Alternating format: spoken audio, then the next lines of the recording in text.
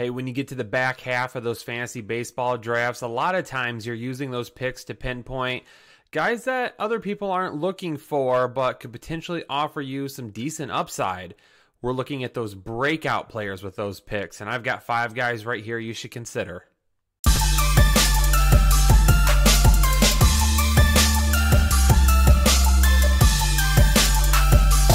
Hey, what's going on, Headliner Nation? Welcome back into another fantasy baseball episode of the Fantasy Headliners.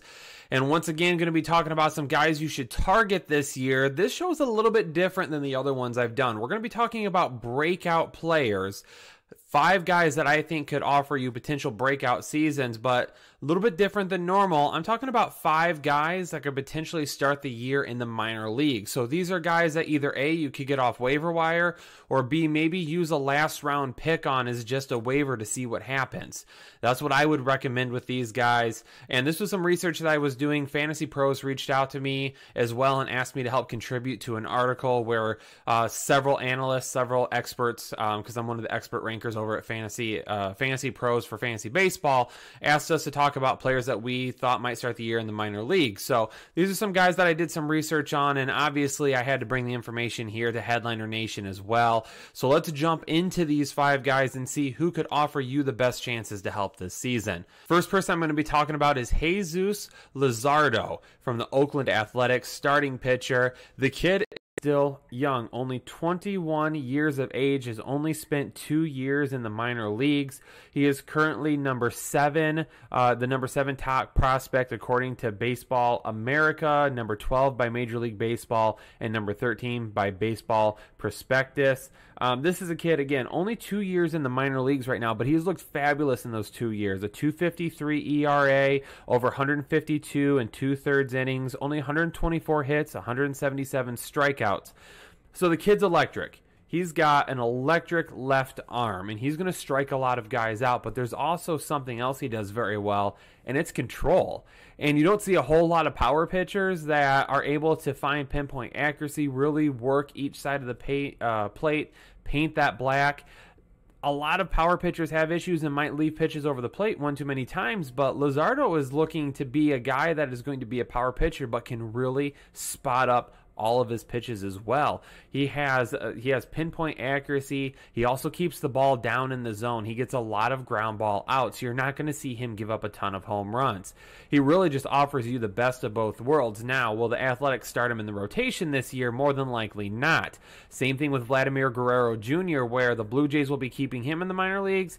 More than likely, Luzardo will have the same thing happen because they don't want to pay him yet. If you keep him in the minor leagues, and you've heard a lot about this, if you keep him in the minor leagues and they don't have a full year of MLB service this year, you get to keep him for an extra year before arbitration and free agency hits. So, not saying I agree with that, but obviously it's a business decision by the Athletics that will end up happening. But at some point this year, we will see Luzardo, especially if he goes down to AAA and continues to dominate the way that he has been. Use a very late round pick on him, or keep him on your watch list because he is not a guy that you will want to miss out on.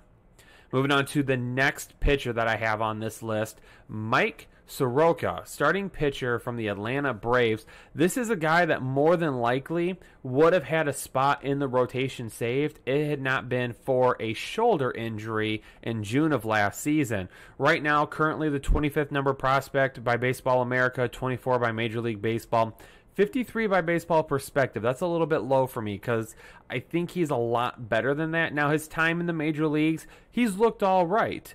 In the major leagues, this past season with Atlanta, 5 starts, a 4.91 ERA or a 3.51 ERA. Some not bad. He held his own. 25 and 2/3 innings, 30 hits, 21 strikeouts. He's not a guy that will strike out a ton of hitters because he likes to challenge hitters early in the count. He likes to get those ground ball outs. He likes to keep his pitch count down. That's great to hear from a rookie. From a rookie to say, hey, I actually want to go out and challenge these hitters, put the ball on the ground, let my defense work, get through games. That's excellent because a lot of time with these younger pitchers, you see them on pitch counts or they're getting pulled in the 5th or 6th inning. beginning as a fantasy baseball owner, you hate to see that because you want to get as many innings out of them as possible. If this is a guy that can keep his pitch count down, he is more valuable to you. More than likely will start the year in the minor leagues this season. Because of that shoulder injury, they'll likely want to make sure, is he healthy? Is he ready to go? They don't want to put too much stress on him at the beginning of the season. If he goes down and he performs well, and the guys that are vying for that 5th spot right now don't really work out, Soroka is a guy that we could see in the majors really soon. Moving on to our first hitter of this list, Alex Verdugo, outfielder from the Los Angeles Dodgers, and the Dodgers are really in a pinch right now. And Verdugo, he missed a bullet, man. He really dodged one there, no pun intended. Dad joke, sorry. No pun intended there that he dodged a bullet, because Bryce Harper, there had been talk that he was going to go play for the Los Angeles Dodgers, potentially signing with them as a free agent. As we know, though, headed to Philadelphia. So now there's less of a logjam out in Los Angeles. But Jock Peterson still will probably be the starting left fielder in LA. Moan and groan a little bit, especially some of you Dodgers fans that aren't big fans of his. He's played a little bit better as of late. I mean, he's played well in the playoffs. He did play a little bit better at the end of last season. He's earned that spot for the time being, but if he gets off to a slow start, which he's been known to do, Verdugo could get the call really quickly. I don't think they're going to let Verdugo start the year in the major leagues and just sit on the bench. I don't see that. It would take an injury or a trade of Peterson for Verdugo to start the year in the majors. But if any of those things happen, again, he's a guy that you need to keep an eye on. He's not going to be a huge home run hitter to begin with. This is a kid that played 2 different ways. He was a pitcher and a hitter. When he was drafted, a lot of teams said, we want you to pitch. He said, no, I want to hit. So the Dodgers paid him to come be an outfielder for them. So his hitting tool is good. He's going to hit for a decent average. He's just not going to hit for a lot of power to begin with. Maybe 15 to 20 home run upside right now, but in the next couple of years, as he grows, as he gets a little bit bigger, a little bit stronger, you can see those power numbers start to increase because he is just that good of a hitter. The next hitter on this list, out in New York, Pete Alonso from the New York Mets. Now, this is a kid who has a ton of power. Now, in the minor league so far, he has a minor league average of 290. Over 3 seasons, he's hit 290. So he looks like he's going to be able to hit for average, but I think he might be a little bit less than that. In the Arizona Fall League this past season, only hit 255. That's all right. I'm okay with that because the power upside he offers you is going to be huge. In 2 different leagues last year, both AA and AAA, 36 home runs, 119 RBIs to go along with 31 doubles. If he hits 260, 265, and he hits upwards of 30 home runs, I'm all for it, especially at first base this season. I tend to draft first base a little bit later on in drafts unless I get one of those top guys, maybe a Freddie Freeman this year, a Paul Goldschmidt. If not, I tend to wait a little bit because I've always been able to find decent value at the position, and Pete Alonso is going to be the definition of that value. Let's say you spend a pick on Josh Bell, a guy that I like this season, but he just doesn't offer you the power upside you're looking for and you need help with home runs. When Pete Alonso gets the call, he's going to be a guy that will help you. Now, the Mets just signed Jed Lowrie. Jed Lowrie's going to play some second. Robinson Cano could play some first. If that happens and Alonso doesn't light up spring training, he could end up going down to the minors to begin with, and more than likely he will for the same reasons as Vlad Jr., for the same reasons as Luzardo. They don't want to start that major league clock yet, so he'll start the season in the minors. But again, put him on your watch list because he is a bat that you won't want to miss when he gets called up.